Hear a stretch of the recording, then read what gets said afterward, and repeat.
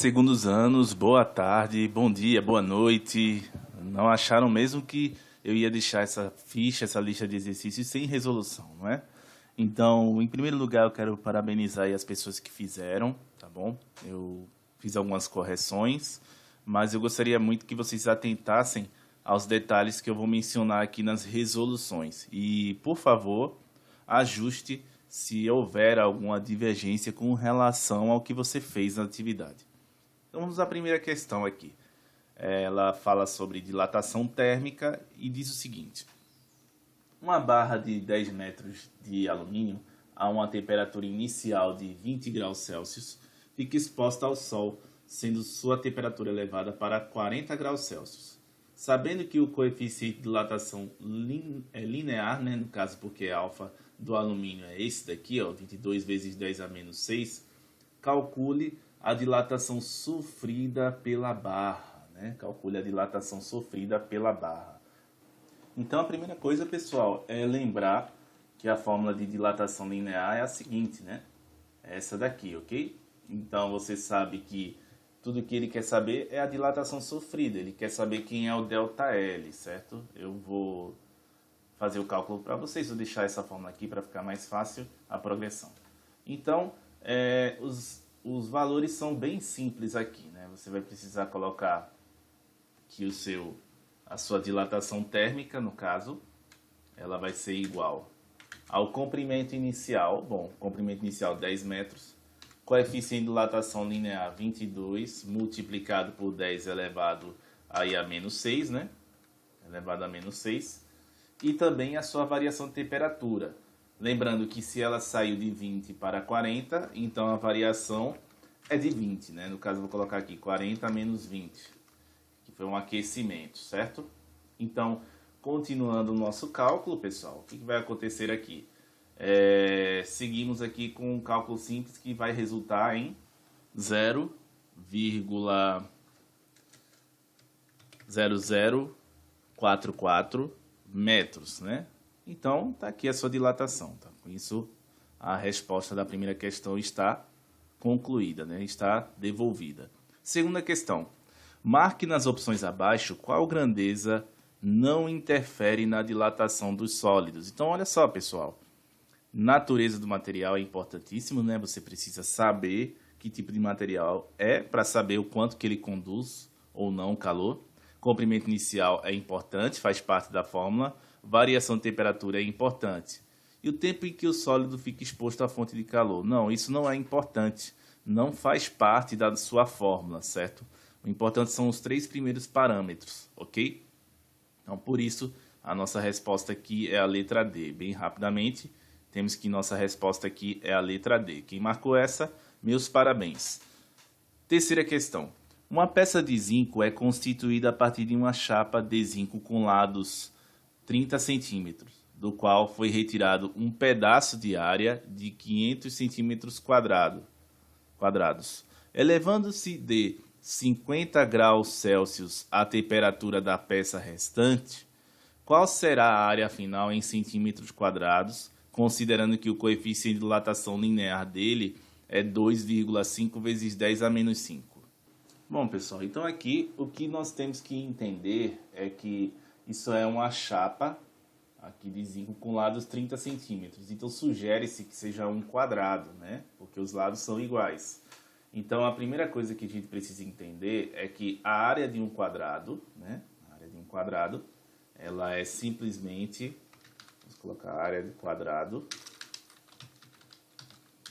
É igual ao lado ao quadrado, né? Então, no caso, você vai ter que a área aqui em questão, com uns 30 centímetros, será 30 ao quadrado, no caso, né? Então, você consegue que a sua área original será 900 centímetros quadrados. No entanto, desse pedaço, dessa parte de 900 centímetros quadrados, você retirou 500 centímetros quadrados. Então, você vai ter uma área restante, né? Uma área restante.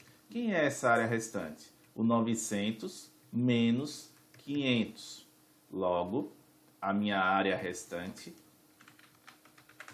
será 400 centímetros quadrados, ok? E como o enunciado diz, ele quer trabalhar a peça restante. Então, você vai precisar focar agora esse valor, tá? Esse vai ser o valor da sua área em questão, ok? Então, vamos prosseguir aqui, pessoal. Inicialmente, o que nós temos aqui? A fórmula de dilatação superficial, né? Então, eu trago ela aqui.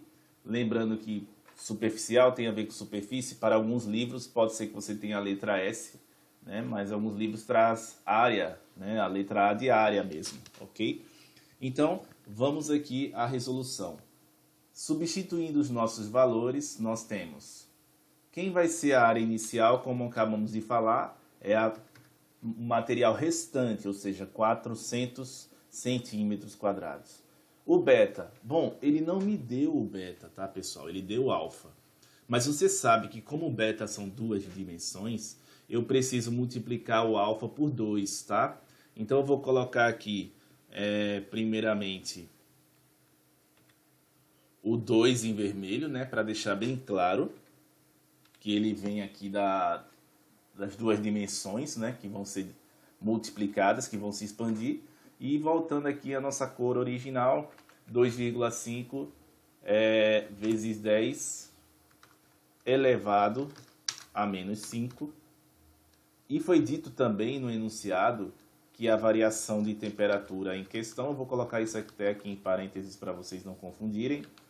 A temperatura em questão, ela se elevou 50 graus Celsius. Então, você vem aqui no final e coloca 50 graus Celsius, ok? Bom, pessoal, fazendo as contas, os resultados, fazendo as contas aí com os números, o resultado vem como 1. Exatamente 1, não é? Então, 1 centímetro quadrado. Mas isso não é a resposta, tá, gente? É importante que vocês entendam que o que eu encontrei aqui foi a variação. Então, se você quiser saber a área final, basta que você faça o seguinte. Você vai dizer que a sua área final é igual a área inicial mais a variação de área. Ok? Então, você vai ter aquilo como resultado final, que a sua área final será 400 mais 1, ou seja, a área final será 401 centímetros quadrados, tá? Com isso, terminamos aqui a questão 3. Vamos, então, à questão 4. Ao fornecer 300 calorias de calor para um corpo, verifica-se como consequência uma variação de temperatura igual a 50 graus Celsius. Determine a capacidade térmica desse corpo. Pessoal, aqui é uma aplicação direta de fórmula, ok? Então, é importante que vocês lembrem que a capacidade térmica é representada por um C maiúsculo. E vai ser sempre a variação de calor dividida pela variação de temperatura, né? Então, bem direto mesmo. Não tem nem muito segredo. Então, significa que a minha capacidade térmica C será a caloria aqui, ó, 300 dividido por 50, não é, pessoal? Logo, a minha capacidade térmica aqui será simplesmente 6, né? Calorias dividido aqui por graus Celsius, né? É importante salientar isso, ok? Então, essa aqui é a resposta da questão 4, ok, pessoal? E por fim, a questão 5, não é?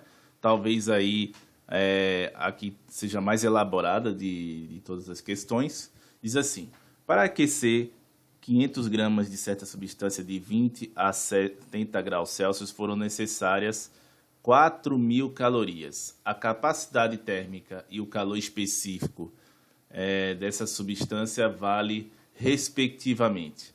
Existem alguns meios de você fazer essa questão. Eu não imagino que vocês devam ter utilizado diversos modos, né, pelo que eu vi nas atividades, mas eu vou fazer da seguinte forma.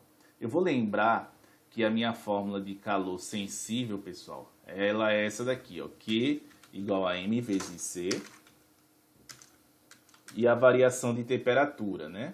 Que a variação de temperatura sempre vai ser uma temperatura final menos uma temperatura inicial, ok? Uma temperatura inicial. Mas eu estou atrás do Czinho, que é o calor específico, tá? Então, o que nós vamos fazer aqui? A quantidade de calor aqui é 4.000, a massa 500, o Czinho eu não sei, e a variação de temperatura é só fazer 70 menos 20, que é 50, certo? Até aí, creio que não existe nenhum problema. Então, nós vamos descobrir, rearranjando os termos, que vai ficar 4.000 dividido por 25.000, né? 25.000. Então, o meu calor específico fica 0,16, né? O calor específico ficará 0,16 com a sua unidade de caloria dividido por graus Celsius, né? Graus Celsius, ok? Bom, aqui nós percebemos que só existe uma resposta com o 0,16, né? Então, essa questão, tecnicamente, do ponto de vista do enunciado, não é muito bem elaborada, não é? Mas, ainda assim, podemos comprovar que a capacidade térmica é 80 calorias. Como? Além dessa fórmula daqui, calor sobre variação de temperatura, a capacidade térmica ela pode ser também dada pela seguinte fórmula. C é igual a M vezes Czinho, né? M é a massa e Czinho é o calor específico. Pronto. Agora é só fazer o cálculo, né? A capacidade térmica será, quem é a massa? 500, multiplicado aqui pelo 0,16, tá? Então, a resposta ficará 80, não é, pessoal? Lembrando aqui que, independente de como você chegou na capacidade térmica, a fórmula sempre será caloria dividido por graus Celsius na unidade, ok?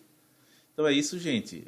Eu espero que vocês tenham gostado, tá? Eu vou marcar aqui a letra correta, a letra em questão, letra B.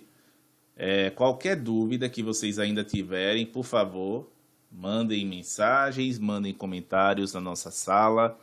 Eu espero que vocês estejam conseguindo assimilar.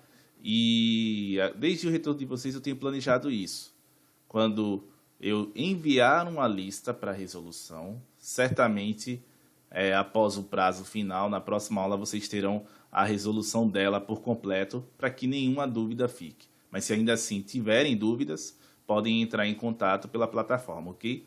Desejo uma ótima semana de estudos para vocês, um forte abraço e fiquem com Deus. Tchau, tchau.